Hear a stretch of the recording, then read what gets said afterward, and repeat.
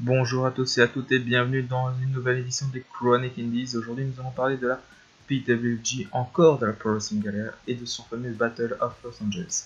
Comme je vous l'ai dit dans la dernière édition des Chronic Indies, il y aura 3 parties pour ce show puisqu'il y a eu 3 soirées. Il y aura un bilan en fin du show en général en fin de 3ème soirée. Ici nous sommes à la 2ème soirée et à l'heure où je vous parle, je n'ai pas encore regardé la 3ème soirée, mais là, ici, nous concentrons-nous sur la 2ème soirée que j'ai regardée en large et dont je peux vous faire une review. Alors, on était toujours en Californie à Reseda, dans le fief de la Pro Wrestling Area, et on commence la 2ème soirée avec l'opener qui était un match opposant à l'actuel champion X Division Trevor Lee face à Donovan Jejak qui, depuis lors, a signé à la WWE et semble se diriger vers NXT. Alors, match que j'ai considéré comme un bon petit opener, sans grande surprise, poussif à certains moments, Dijak l'a emporté au finish, et ça c'est cool parce que Dijak il le mérite, mais bon, c'était court mais suffisant, il fallait pas plus pour ce match que je trouvais ça, il aurait duré plus longtemps, j'aurais dit trop long. Donc ce match était très bon, un bon petit opener mais sans vraiment de grosse personnalité au-dessus.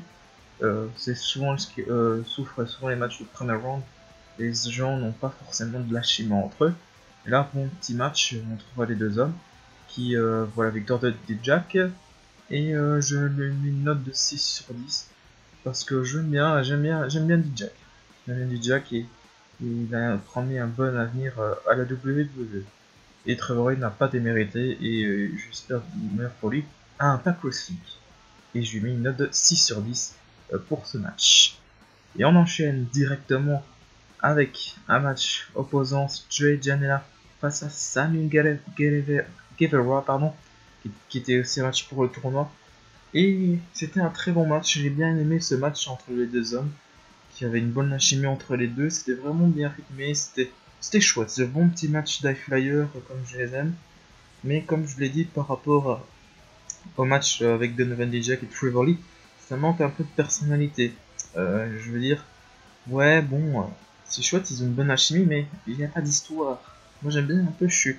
Peut-être parce que j'étais gavé de matchs de la WWE depuis plus de 10 ans, et c'est vrai que il me faut un peu d'histoire, et je trouve que c'est un match un peu quelconque, même si le match était de très bonne facture, un peu meilleur que l'autre 9. Ce match voyait la victoire de Sammy Guevara face à Joey Janela avec son fameux 6-3 630 degrés splash, parce que je ne sais pas le dire en anglais, que je trouve cette prise géniale. Il faut la revoir au moins une fois dans votre vie.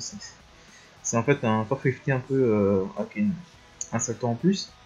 Et je trouve que ça chouette un peu de voir ça comme prise à la Pro Wrestling Area. C'est vraiment, on voit que ça détonne par rapport à l'année précédente. Mais ça voilà.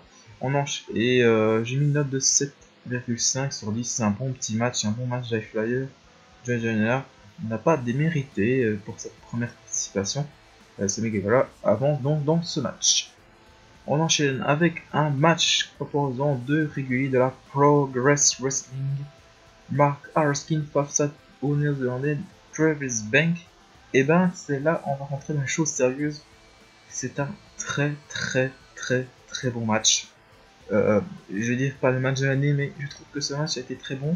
Il y avait une très bonne intensité entre les deux hommes, c'était agréable à regarder. J'aimais bien regarder ce match, sincèrement. Ce match entre Mark Erskine et Travis Bank, on voit qu'ils ont déjà travaillé ensemble. Même si c'était pas des prises de fou, hein, de dingue, il n'y avait pas des Hurricane partout, mais on sentait vraiment une vraie intensité dans les coups, notamment dans les coups de pied, dans les coups d'avant-bras, on voyait vraiment qu'ils voulaient faire mal. Et ça, c'est un vrai match de catch, j'ai vraiment bien aimé. Je suis rentré totalement dedans, donc je suis très fan de ce match parce qu'il était vraiment chouette à regarder. Au niveau de l'intensité de deux hommes, et je suis content que Travis Bank a gagné ce match. Malheureusement, j'ai un peu une petite note à noter, c'est que la fin est un peu tronquée, c'est que Travis Bank remporte le match, mais dans la différence totale, je crois que c'est une prise quelconque, je crois un disaster kick, un coup de pied avec des cordes, avec lequel il remporte ce match, et voilà. C'est un peu parce que Travis Bank n'a peut-être pas de gros finisher et qu'on déplore beaucoup, mais je vois pas de fin correcte. C'est un peu bizarre. C'est comment dire, c'était hop une prise, un 2-3 et dans l'indifférence générale, même la cloche a sonné un peu en retard. Là, je trouve ça un peu bizarre. Voilà, c'est une petite note qui a gâché parce que le match était très bon. Et je lui ai mis une note de 8 sur 10, comme quoi je peux mettre 8 sur 10 quand le match est intéressant. Et on va enchaîner avec un match par équipe, hein, comme d'habitude, il y a toujours des matchs par équipe, afin de soulager les participants du Bola 2017. Et ce match par équipe, bien sûr, c'est un match hors tournoi. C'est un match qui opposait Matt Sydal et Ricochet face aux The Linders of the New School, Martiska et Zack Sabre Jr. Et ben, ça c'est un très très bon match par équipe.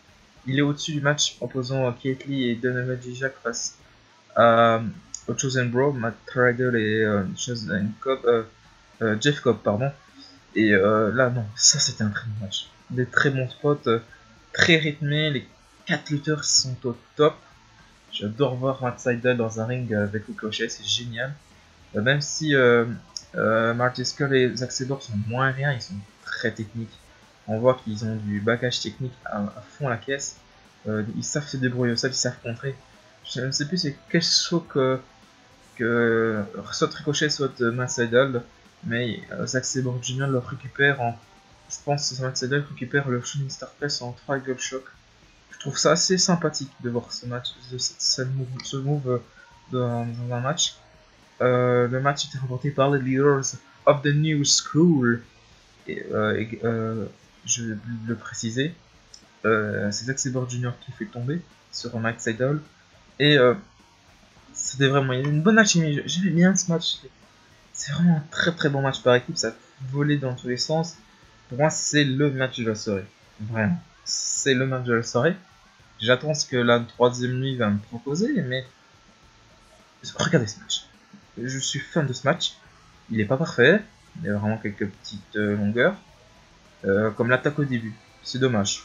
Parce que ils pouvaient lutter tous les 4 à point égal. Je pense que ça aurait été très bien. Et ça s'est pas ressenti au niveau du match à la fin.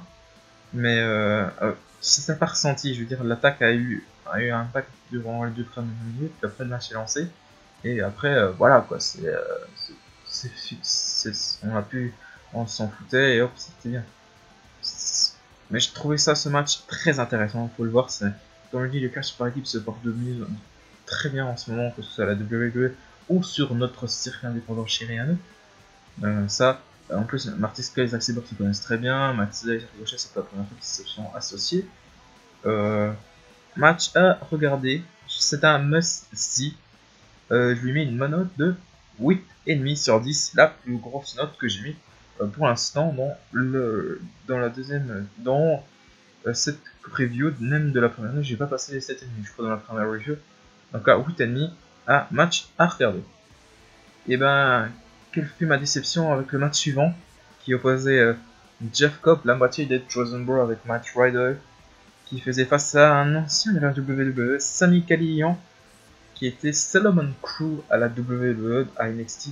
C'est le gimmick de hacker qui n'a jamais réellement marché et qui, après quelques matchs, a décidé de quitter la WWE, peut-être pour un meilleur run futur. Mais bon. Et ben, on va pas dire qu'il va laisser un souvenir périssable, hein, Sami Callihan, qui a fait ses débuts récemment, pas au moment du tournoi, mais récemment, au moment où on enregistre ces vidéos, à Impact Wrestling, en venant en aide des OV, Jake et Dave Christ, qui sont ses amis, avec qui il a déjà lutté la Pro Wrestling Area en équipe, et il a refermé l'équipe de 3 à Impact Wrestling. Donc si vous voulez voir Sami Callihan à Impact Wrestling, c'est le moment, c'est l'instant. Il a débuté à Born for Glory 2017, qui a lieu au Canada. Et ben, ce match, c'était vraiment très très pas terrible. C'est vraiment le meilleur match avant et le pire après cette soirée. C'est vraiment, ça se joue un détail. Encore qu'ils l'ont fait exprès. Ce match, c'est vraiment très oubliable. J'ai pas envie de le remater parce qu'il n'a aucun intérêt. À part en mettre en avant un peu Jeff Cobb que je trouve génial. Je crois qu'il avait fait un moonsault très beau. Très très beau moonsault. Standing moonsault, hein, pas un moonsault sur les cordes, un standing moonsault. Très beau pour son gabarit parce que c'est pas un poids léger, hein. Ça c'est un pur poids, un super heavyweight, un peu comme à la, pas dire Rousseff, mais on n'est pas loin. Et voilà, match pas terrible. Seneca Lyon, j'aime pas cette attitude, j'aime pas. Il y a des bons heels, mais lui, c'est assez indifférent. Et Jeff Cobb remporte ce match avec son fameux Tour of the Highland. Bon, bref, c'est pas la prise là, c'est comme le belly to belly, j'ai du mal. Mais voilà, c'est quand même plus crédible puisque Jeff Cobb est un peu plus en chef que Bailey. Parce que j'aime mieux le Tour of Highland.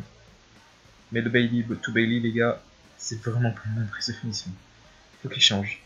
Voilà, un petit hors-sujet qui va nous permettre d'enchaîner avec son coéquipier qui lui a catché au match suivant avec face au Canadien. Non, pardon, je reviens. C'est Matt Riddle, le coéquipier de Jeff Cobb de Chosen Pro, face au Canadien Michael Helgin, pas Helgin avec un H, moi je dis avec H parce que c'est plus classe. Et ben, ça remonte au niveau quand même hein, par rapport au match précédent, qui n'a vraiment pas laissé un souvenir périssable. Matt Riddle qui a été extrêmement bon, enfin extrêmement bon, il est très bon d'habitude, hein. Et j'aime bien la victoire et on voit bien qu'ils s'amusent à faire ce match, ils sont bien, ils sont bien accordés leur violon et ils vont faire un match intéressant. Bon, et on va pas s'attendre à un match où ils volent de partout, hein. C'est quand même pas les cabarets fait pour. Mais j'ai bien aimé ce match très stiff, hein. C'est vraiment à la japonaise, hein. Je veux dire pas comme un match de japonais, mais à la japonaise, hein. Très stiff, très les atomies pleuvent, mais d'une force, ça fait pas des atomies de chochotte, hein. Je vous conseille pas de subir un atémie, sinon vous avez plus de cage thoracique. Mais bon, ça c'est génial. Ils en se sont donné à cœur joie dans ce côté-là, c'est très bon, très épuisant, hein, je pense, comme match pour les deux hommes. Mais je déplore un peu que ce match ne soit là, en fait, soit entre un milieu de nulle part, hein, parce que je trouvais que il méritait un peu plus peut-être un main event. Mais bon, c'est un match du premier tour, donc bon, faut choisir ses matchs. Mais bon, s'il était en main event, ça aurait pas démérité. Ou alors un match plus tard, par rapport au match suivant. Ils auraient inversé le match suivant et ce match-ci, ça m'aurait pas dérangé. Et aussi ce manque d'enjeu. Je pense que ce match avec un match pour une ceinture, ça aurait été génial. Pourquoi pas un match Atlas?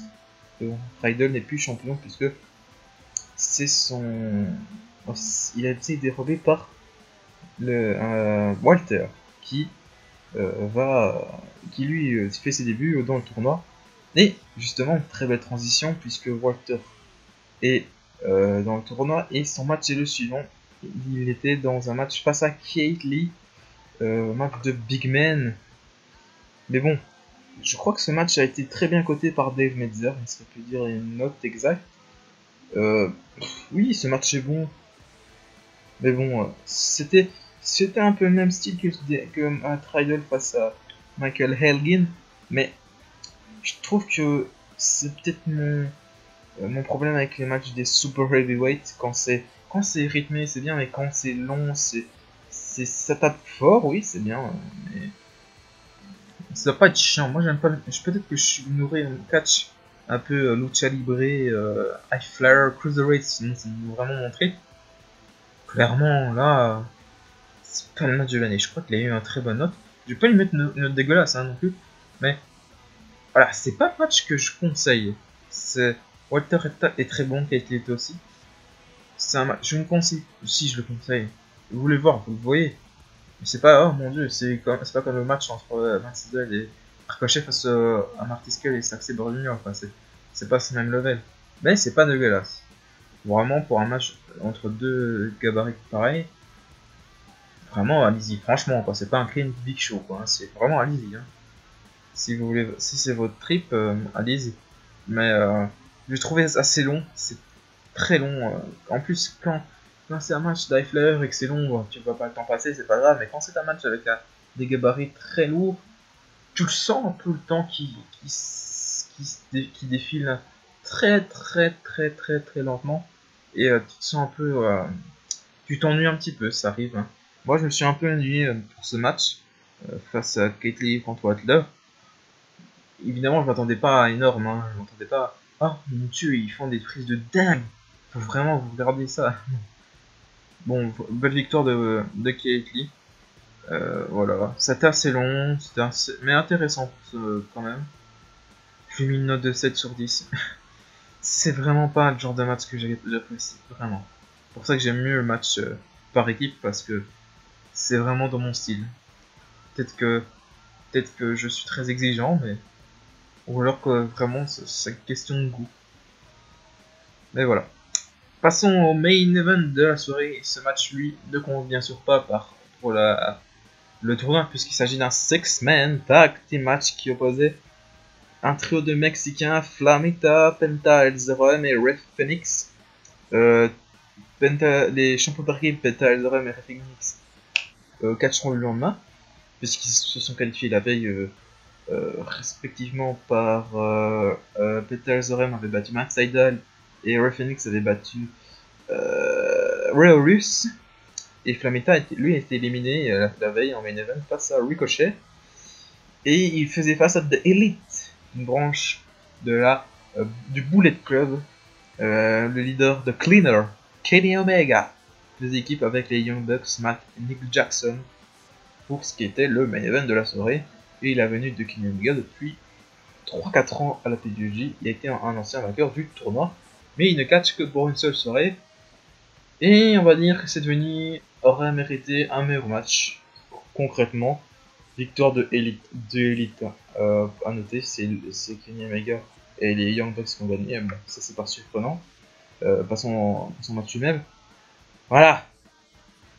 Moi, on m'a survendu cette arrivée et moi j'étais très excité de voir ce match.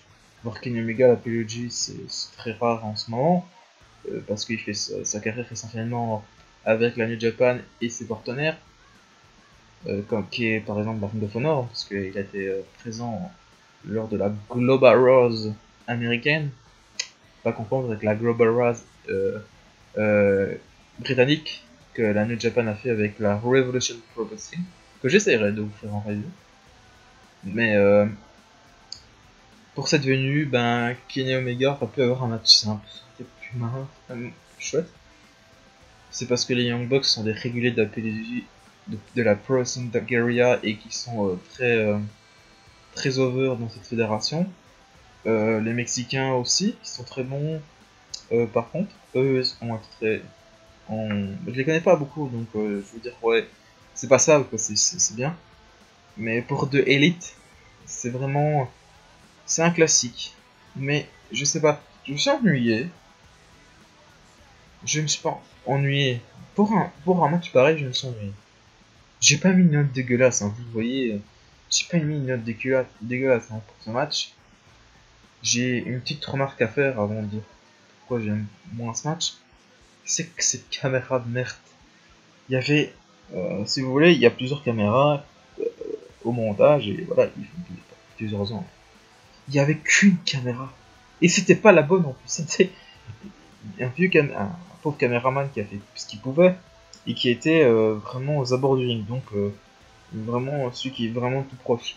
Et je sais pas pourquoi, mais le caméraman qui est souvent sur le strat, si vous voyez, en fait, vous avez le plan large, c'est en fait un caméraman qui est sur une strat. Et ben, on le voit filmer, mais je sais pas, ils ont jamais dit, oh chouette, on va pas mettre la caméra dessus. Non.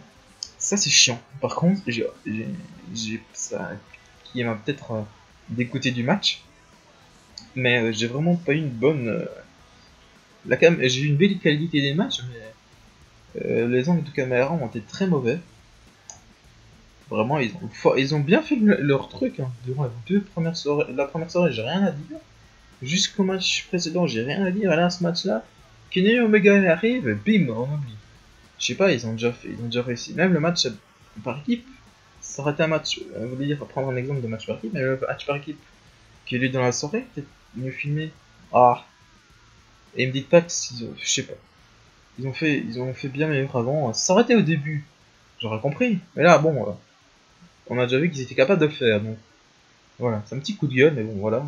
C'était très chiant en fait de voir ils ont un peu foré ça. Mais bon voilà. Ce que j'ai dire de ce match, c'est que ils ont mis over Kenny Omega évidemment et Young Bucks. Et les Mexicains n'ont servi que de faire valoir, même s'ils ont eu une belle opposition. Hein. Mais on savait ce qui était stupide, c'est de croire que The Elite allait perdre ici.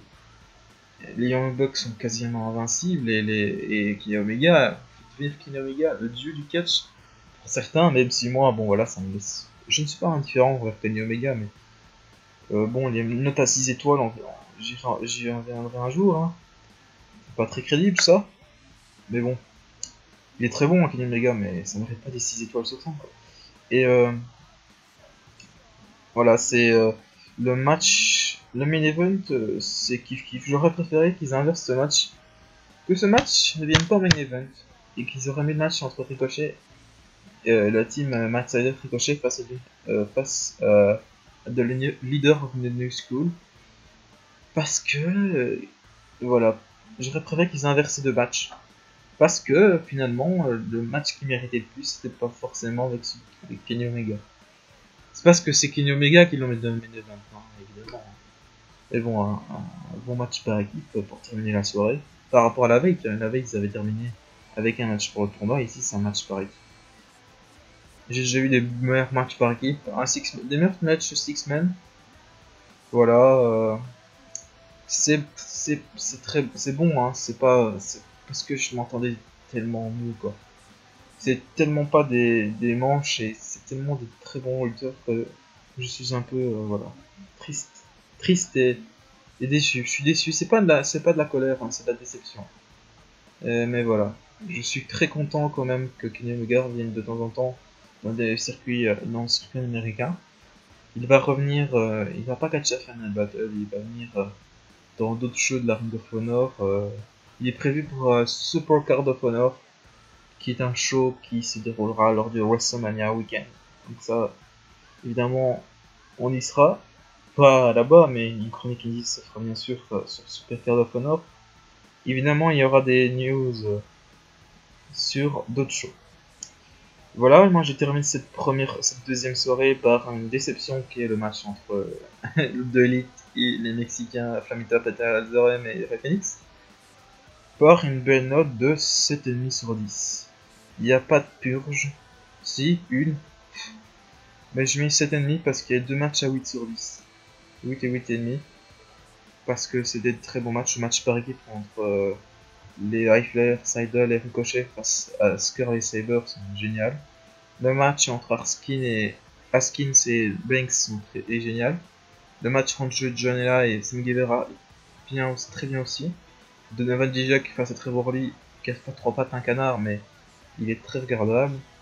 Bon, il y a juste le match entre Jeff Cobb et Sami Callihan. Ne regardez pas, s'il vous plaît.